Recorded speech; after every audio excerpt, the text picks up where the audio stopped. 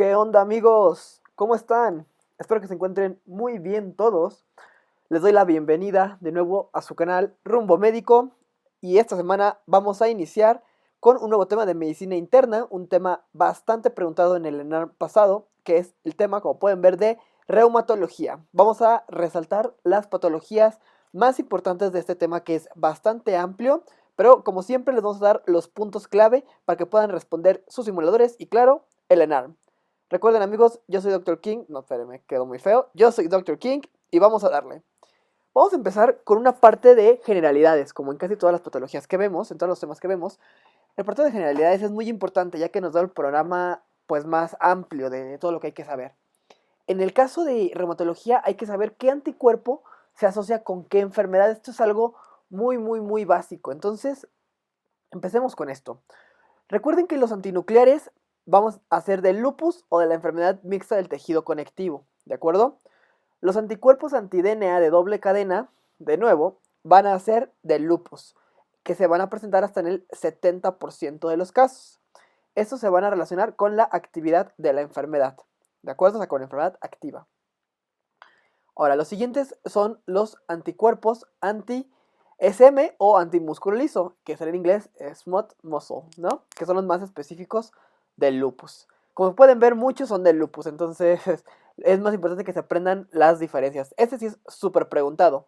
Los anticuerpos antihistonas por lupus inducido por fármaco. Esto les encanta preguntar en el Produmet.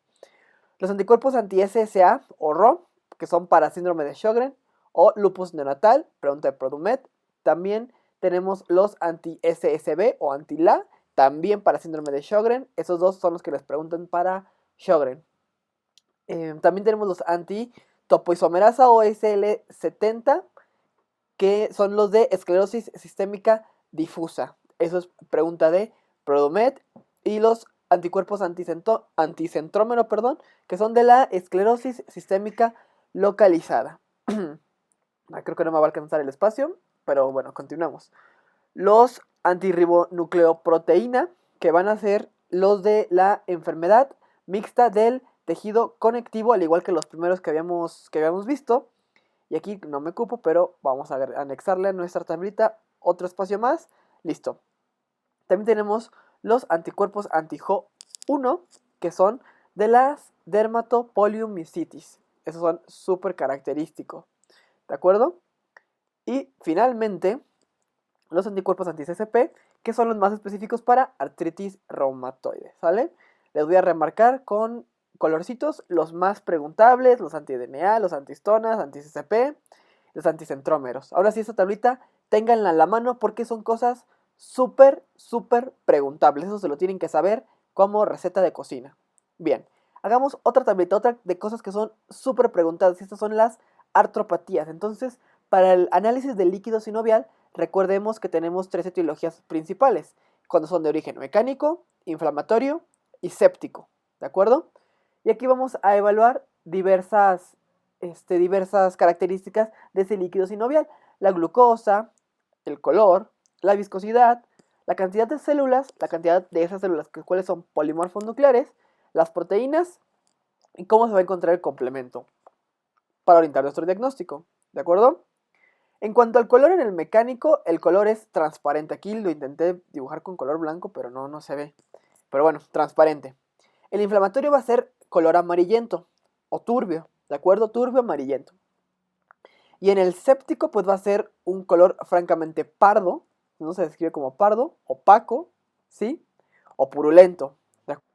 La glucosa se va a mantener igual en la mecánica, va a estar un poquito baja en el inflamatorio, pero muy baja en el origen séptico, porque pues, es el sustrato de las bacterias. La viscosidad va solamente, recuerden que va a estar aumentada en el mecánico y en las demás disminuidas.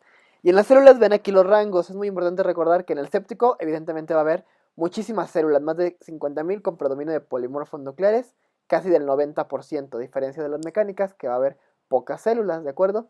Y el inflamatorio queda en un término intermedio.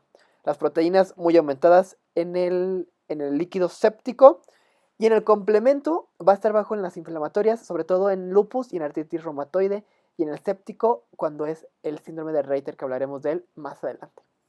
Pero bueno, pasemos ahora sí a las artropatías. Vamos a empezar con las monoartritis. Que recuerden algo súper importante de las monoartritis, es que siempre que hay una monoartritis hay que hacer un examen del líquido sinovial. Entonces, vamos a ver los más importantes. Gota, la artritis séptica, y aquí voy a poner la osteoartrosis, aunque yo sé que puede ser poliarticular, pero lo voy a dejar como una monoarticular. Aquí no me alcanzó el espacio, pero afortunadamente puedo mover esto y listo, ahora sí. Entonces, nada más remarcarles aquí lo que lo que les acabo de decir. Ante cualquier monoartritis, siempre hay que hacer un estudio del líquido sinovial mediante artrocentesis. ¿Sale? Súper importante. Recuérdenlo, recuérdenlo, recuérdenlo, amigos. Muy bien. Entonces, para la gota. Recuerden que la gota va a estar causada principalmente por cristales de urato monosódico. ¿Sí? Esto se lo remarco porque es súper preguntable. Estos se van a crear a partir del metabolismo de las purinas, que van a provocar un aumento del ácido úrico. ¿De acuerdo? Que en la actualidad digamos que la principal causa de ácido úrico elevado es el uso de diuréticos. Eso fue pregunta del Produmet. En cuanto al abordaje diagnóstico, solo es importante recordar que en la excreción de ácido úrico de 24 horas, si tiene más de 600 de ácido úrico es normoexcretor, tiene menos de 600, perdón, es hipoexcretor. Eso es lo único que hay que recordar de eso. Factores de riesgo, como se lo van a poner en el caso clínico, es un hombre obeso, con alcoholismo, que el alcoholismo es el principal factor desencadenante del ataque agudo de gota. ¿Sale? Así se los van a poner, así se los van a preguntar. En cuanto a la clínica, recuerden que las dos principales articulaciones afectadas son la podagra, la primera metatarsofalángica, y la rodilla, que es la segunda en frecuencia. ¿De acuerdo? La clínica se va a presentar una articulación con eritema muy dolorosa, tan dolorosa que va a doler, al rozar la ropa. Eso los pueden poner simplemente en el caso clínico. Puede ser una articulación caliente, o sea que va a tener un aumento de temperatura. Y que recordar que en los casos de los hipoescletores, esto se me olvidó mencionárselos, es más común que se dé el ataque agudo de gota. Recuerden también que para considerar hiperuricemia va a depender si es hombre o mujer. Es hombre mayor de 7, mujer mayor de 6, en promedio 6.8 según la GPC. Y eso es súper importante, pregunta de Produmet, que el ácido úrico activa receptores TOL-like o tipo TOL. ¿Sale? Y que la meta para el ácido úrico tiene que quedar entre 5 y 6. Muy bien. Ahora, en cuanto a la radiografía, la lesión típica es descrita en sacabocado. Recuerden que el tofo va a ser una lesión de tipo erosiva. Y para el estudio de la gota, recuerden, como les había dicho, hay que hacer la artrocentesis, que va a tener, los cristales de urato monosódico van a tener forma de aguja con birrefringencia negativa. El líquido sinovial va a ser estéril, evidentemente no tiene por qué tener bacterias. Y aquí vamos a hacer un pequeño cuadrito para hablar de la pseudogota, ¿de acuerdo? La cual, recuerden que esta es causada por cristales de pirofosfato de calcio, ¿sí? La cual va a tener forma rectangular y con birrefringencia positiva. Ahora, cuando tengamos un caso de pseudogota, recuerden que hay que descartar las enfermedades con H, hemocromatosis, hiperparatiroidismo e hipomagnesemia principalmente. Hay muchas otras. ¿Cuáles van a ser las articulaciones afectadas? Al igual que en la gota, rodilla, carpo y el hombro, que en el hombro podemos hablar del hombro de Milwaukee, que lo mencionaré más adelante. Recuerden que la condrocalcinosis va a afectar principalmente el ligamento triangular del carpo.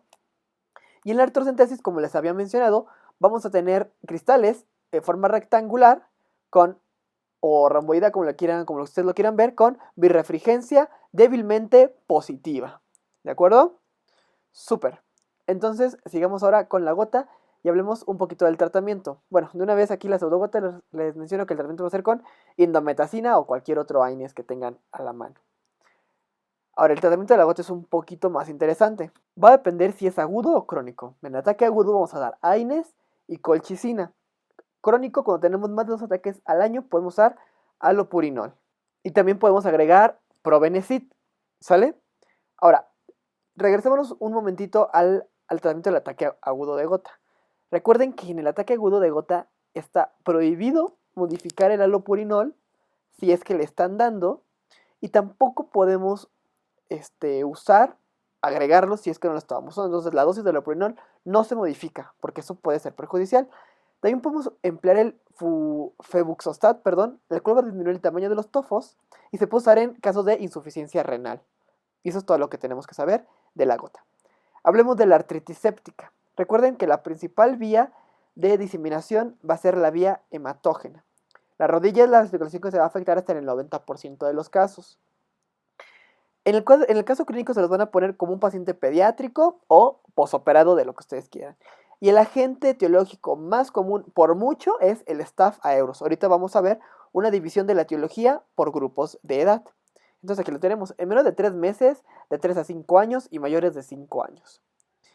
Ahora, en el grupo más pequeño, en los 3 meses, en primer lugar Staph aureus, seguido de Staph agalacti. De 3 meses a 5 años a Eurus y ahora es Haemophilus influenza, que hay que sospecharlo principalmente cuando el paciente no está vacunado. Y en mayores de 5 años a Eurus, Piógenes, pero aquí entra al telón el gonococo, el cual hay que sospecharlo si es que el paciente ya tiene una vida sexual activa. Muy bien. La clínica también se va a manifestar por una monoartritis. Recuerden que se siembra en agar chocolate, perdónenme. Una monoartritis en la cual va a haber aumento de temperatura, cambio de coloración y mucho dolor. Para el diagnóstico pues, tenemos 2 modalidades de imagen, la resonancia y la artrocentesis con cultivo, la cual va a ser nuestro gold estándar, ¿de acuerdo? Y el tratamiento, los 2 esquemas que se manejan son banco más ceftriaxona o doxiciclina más ceftriaxona. Este último es el que les preguntan en el Produmed, pero el de arriba es el que les preguntan en los simuladores del CTO. Entonces ustedes chequenlo.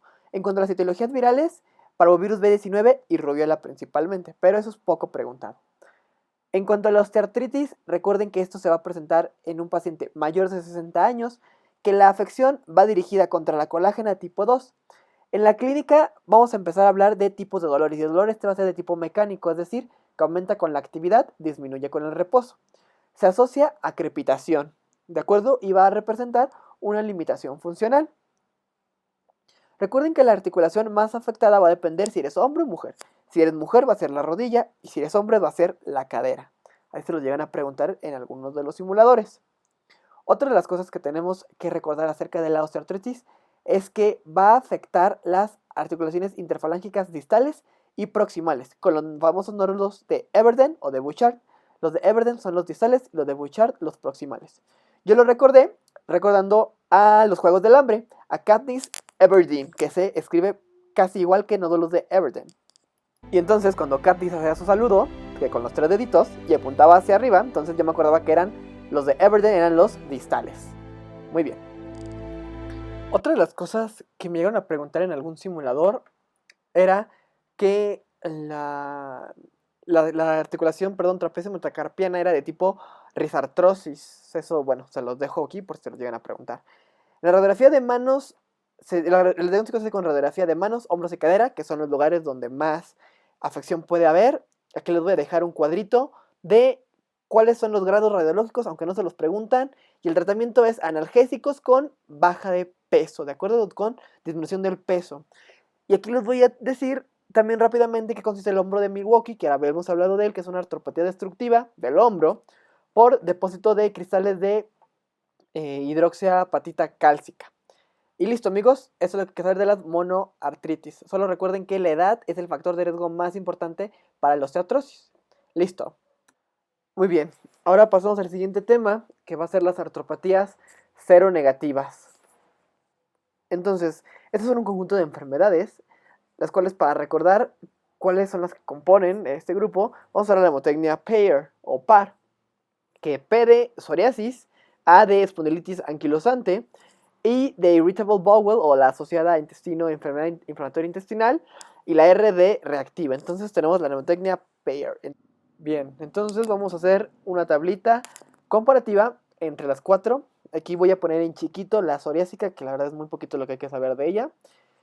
Y entonces las que vamos a analizar va a ser la espondilitis anquilosante, la que es asociada a enfermedad de intestino irritable o inflamatoria intestinal, la artritis reactiva y la psoriásica.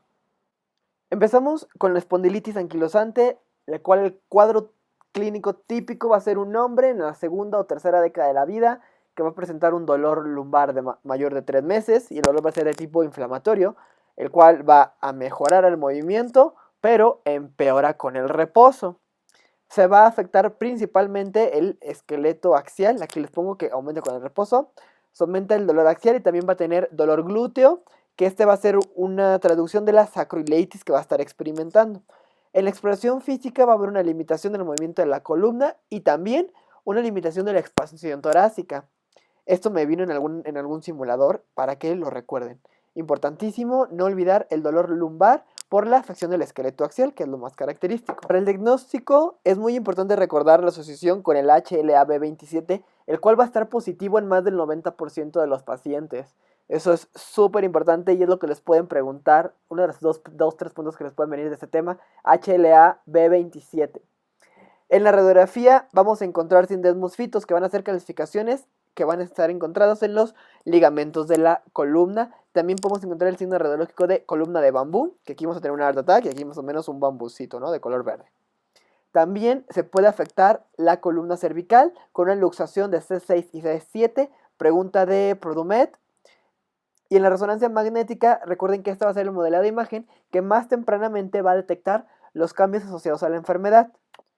Al igual que en la osteoartritis, la espondilitis anquilosante tiene unos grados radiológicos. El número 4 es anquilosis, el 3 hay presencia de puentes óseos, el 2 es la esclerosis y el primero es borramiento óseo. Muy bien, recuerden eso nada más, amigos, es muy sencillo. Y uno de los datos radiológicos que tienen que ser imprescindibles para el diagnóstico es la sacroileitis. Si no les ponen sacroileitis, duden de ese diagnóstico. Y el tratamiento es bastante sencillo. El pilar van a ser los AINES, principalmente la indometacina, que recuerden esta no va a prevenir la anquilosis, ¿sale? Otra de las cosas que podemos usar es, bueno, obviamente la rehabilitación, pero en caso de que no funcionen los AINES, nos podemos brincar a la segunda línea de tratamiento, que podríamos usar la azulfidina o sulfasalacina. Dependiendo de en dónde lo lean, es cualquiera de las dos que puedan utilizar. En algunos simuladores te ponen como respuesta correcta una y en otras pues otra. Recuerden que eso se va a usar cuando hay afección periférica, ¿de acuerdo? Y el anti-TNF, el infliximab, que es los biológicos. Prohibidísimo usar metrotexate y prohibido usar corticosteroides, ya que estos no van a tener utilidad. Y la complicación, la principal, va a ser la uveitis anterior aguda, la cual se asocia al HLA-B27. Y estas son las otras dos complicaciones que se pueden tener, la fibrosis pulmonar y la dilatación aórtica. Pasemos ahora a la enfermedad inflamatoria intestinal. En esta vamos a tener dos tipos principalmente. Solo vamos a poner unas generalidades básicas. Es que recuerden que la manifestación extraintestinal más frecuente es la articular. De ahí la importancia de estudiar este apartado. Entonces, el primer tipo va a ser con afección periférica, tipo 1 o tipo A, la cual va a afectar generalmente menos de 5 articulaciones, es decir, va a ser oligoarticular. El HLA-B27 va a estar presente en menos del 10% de los casos. También recuerden que este va a aparecer posterior al diagnóstico de la enfermedad inflamatoria intestinal. Y el tratamiento es el mismo, o más bien, al tratar la enfermedad inflamatoria intestinal, se resuelve esta artropatía. La tipo 2 va a ser de afección axial, o B. Va a ser poliarticular, más de 5, generalmente en hombres y con presencia del HLA-B27 en casi el 70% de los casos. El tratamiento va a ser con AINES y un ejemplo clarísimo es la espondilitis anquilosante. ¿De acuerdo?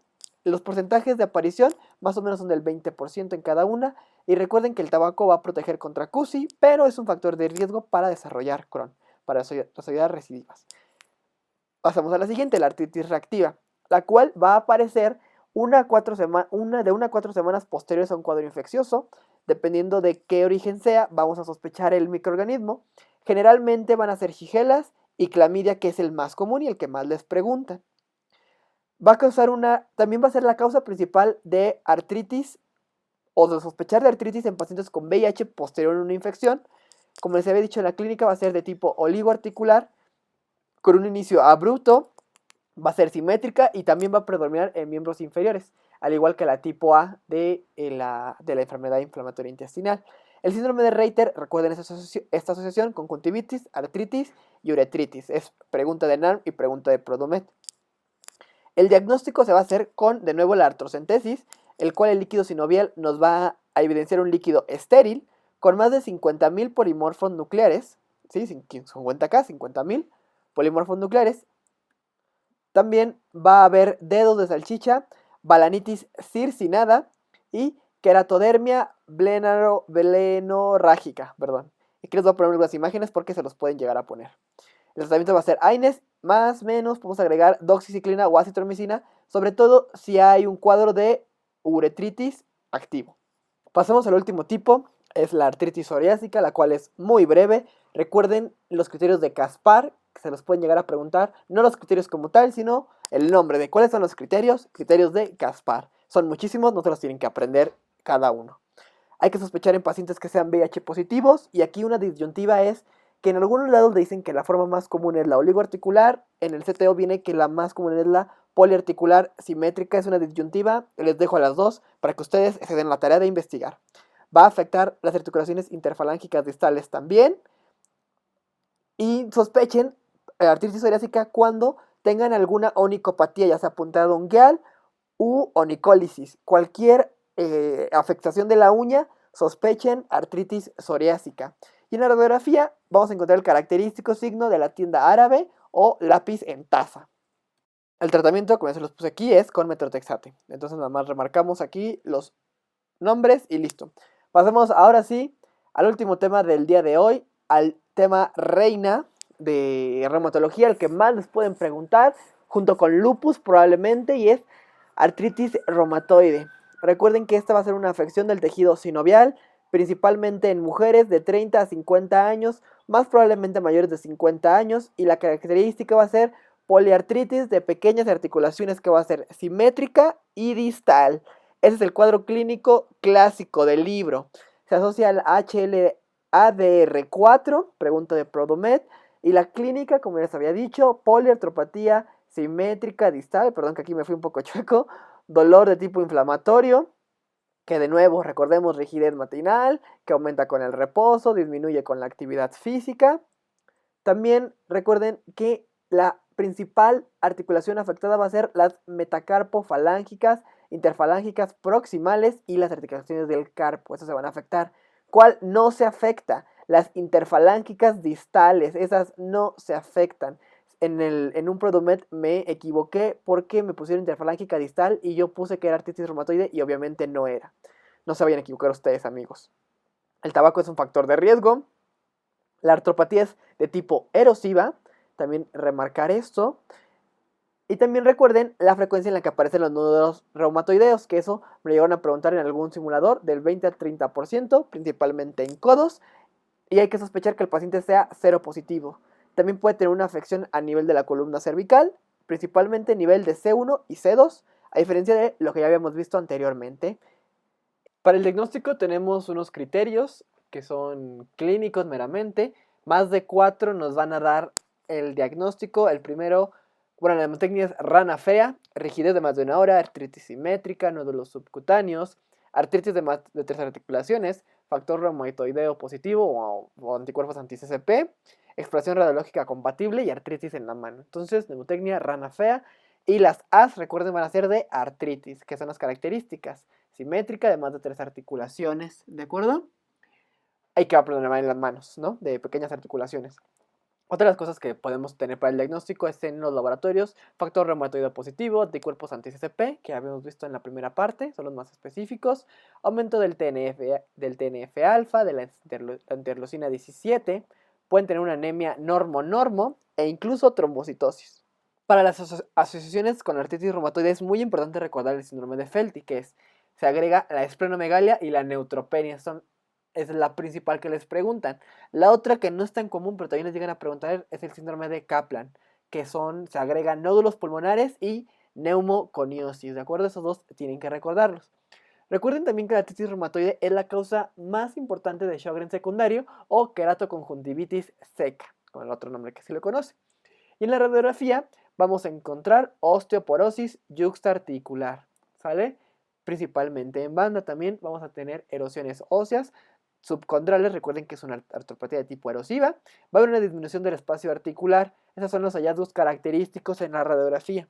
Y el tratamiento, el pilar del tratamiento es el metrotexate, recuerden que se tiene que combinar con ácido fólico, se tiene que iniciar de manera precoz, lo más pronto posible, porque este va a modificar la evolución de la enfermedad, aunque recuerden que tiene toxicidad a nivel hepático, medular y pulmonar.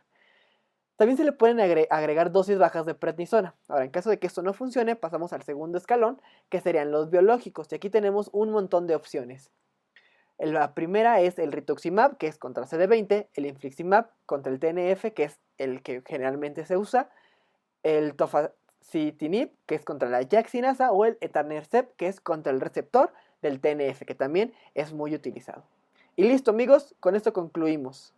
Listo, amigos, hasta aquí le voy a dejar el video del día de hoy, debido a que reumatología la verdad es que sí es un tema un poco amplio. En el año pasado sí vinieron algunas preguntitas, entonces me voy a tomar el tiempo para darles todos los temas de la mejor manera posible. Creo que lo mejor es hacer 2 videos. En este primer video, por favor, concentren su estudio en la parte de artritis reumatoide principalmente, que es junto con lupus lo que más les podrían preguntar. También osteoartrosis, ya que ese tema también se lo pueden llegar a preguntar en la parte de traumatología. Muy importante que recuerden qué anticuerpos se asocian con qué enfermedad. Eso también son preguntas bastante directas que se van a encontrar tanto en los simuladores como en su ENARM. Antes de despedirme, amigos, les agradezco mucho por seguir viendo los videos. Recuerden, no olviden suscribirse, activar la campanita con las notificaciones para recibir el aviso de los próximos videos que esté por subir. Asimismo, cuando pueda estar en el chat con ustedes resolviendo preguntas y dudas, lo haré. Por lo pronto, amigos, esto ha sido todo por esta ocasión. Me despido, recuerden, yo soy Dr. King, me dio mucho gusto verlos y nos vemos en la próxima, amigos.